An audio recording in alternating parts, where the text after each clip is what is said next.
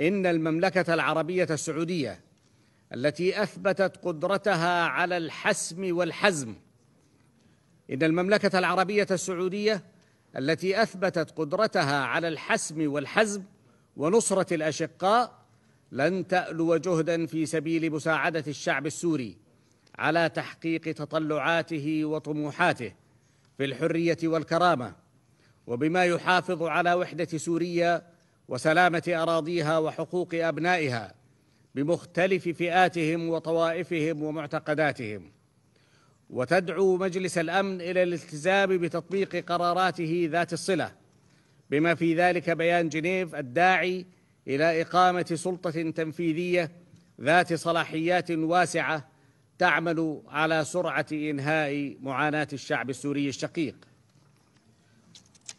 تحدث مندوب السعودية عن بلادي بطريقة مخجلة ومرفوضة، ولذلك أنا أربأ بنفسي عن الرد على ما ورد من جاهلية سياسية تحريضية على لسانه بحق بلادي.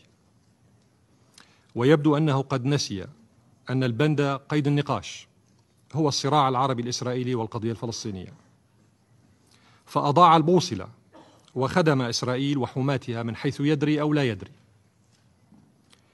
السعودية والصهيونية هما جذر الإرهاب والتعصب وثقافة الكراهية في العالم.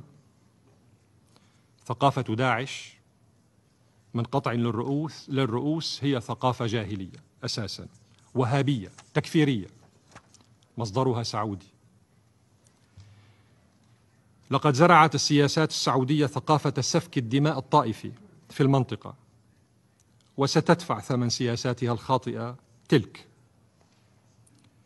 أما عن تهديداته لبلادي وتنطحه إلى الادعاء بأن السعودية مستعدة لمساعدة الشعب السوري، فهذا يؤكد على مدى ضلوع حكام بلاده في التآمر على سوريا، وعلى انخراط السعودية في تجنيد وتمويل وتدريب الإرهابيين الأصوليين المرتزقة من كل أنحاء العالم، وإرسالهم إلى سوريا للعبث باستقرار شعبها.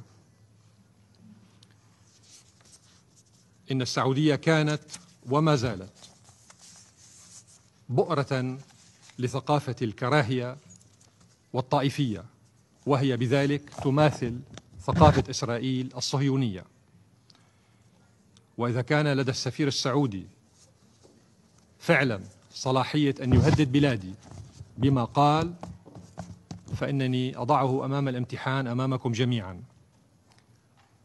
فلترنا السعودية ماذا تستطيع أن تفعل ضد بلادي، وعندها سنقطع اليد التي ستمتد إلى سوريا، وسنعاقب السعودية بما تستحق. شكرا سيد الرئيس.